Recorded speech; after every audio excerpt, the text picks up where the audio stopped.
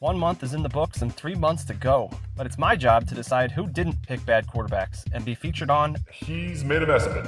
I'll be honest, everyone did a really good job at picking their teams again this week. You're ruining He's Made a Mess of It. The only thing I could really pick out was Jamarcus Russell benched Carolina and missed out on some points. I felt bad picking no one again, so there it is. You made a mess of it. Over in Top Picks, we actually have a sponsor now for this segment. Since the name is so similar, Hot Topic actually decided, why not just call it Hot Top Picks? Get it? Yeah, it's lame, but so is this segment most times. Anyways, everyone again did really well finding their bad quarterback situations in week 4. The only thing separating the leagues was starting teams that scored negative points. It was close this week, but 2 points separates the Kershers from the Turbushers, giving the Kirsch League yet another victory. Will the Turbush League ever pick better than us? Now for Moneyballing It, where again, I really had to think about who I'm going to give this award to. I originally had Ryan Leaf, who picked his number 3 and number 4, but they weren't his top 2 teams, and one of his teams was on a bye week, so that really helped his decision making as he had to pick one of his better teams anyways. I wanted to reward good picking, so TSSS Win, with his top 2 teams and avoiding poor ones, was the answer, especially after deciding to bench the Giants, hoping that they cool off a bit.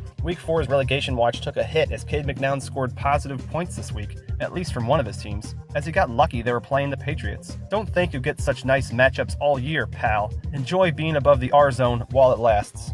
Whoo, doggies, we have some changes in the standings this week. First, we got Johnny effing Moxon in first, giving everyone flashbacks from 2016, as Washington made a statement that they were not to be ignored in their quest to quarterback worse than the Dolphins. In second, for what seems like forever in this young season, is Wade Under the Bridge Wilson, whose Saints won their game against undefeated Dallas despite scoring 0 touchdowns, no long passes, and 1 interception from Bridgewater. Dropping back but by no means out of it, we find Jay Cutler, who got another KC start out of the way. With Miami on a bye in week 5, he will need to get crafty to not fall back further. Jumping back to 4th is Moneyballin' It winner TSSS Win. He's one of the 4 people still left who has yet to start one of his teams in Seattle, along with Moxon's Rams, Wilson's Bears, and 6th place McNown's Ravens. Perhaps week 5 will be a good time for McNown to start them, with the Lions on a bye week. Whoops, did I forget Tyler Palco? No, it's just that he didn't have any teams that he hasn't started yet, so it was a bad segue into talking about him. Plus, he's only 2 points out of 6th place, so it really doesn't matter if I talk about him like he's in 6th, which is where he should be. Tony Casanova Banks keeps flirting with the relegation zone. Every time he quits that bad habit, he finds a team on the rebound and gets dragged back in. Finally, we have Chris Winkie, who had a respectable week and is only 26 points from climbing out of the relegation hole.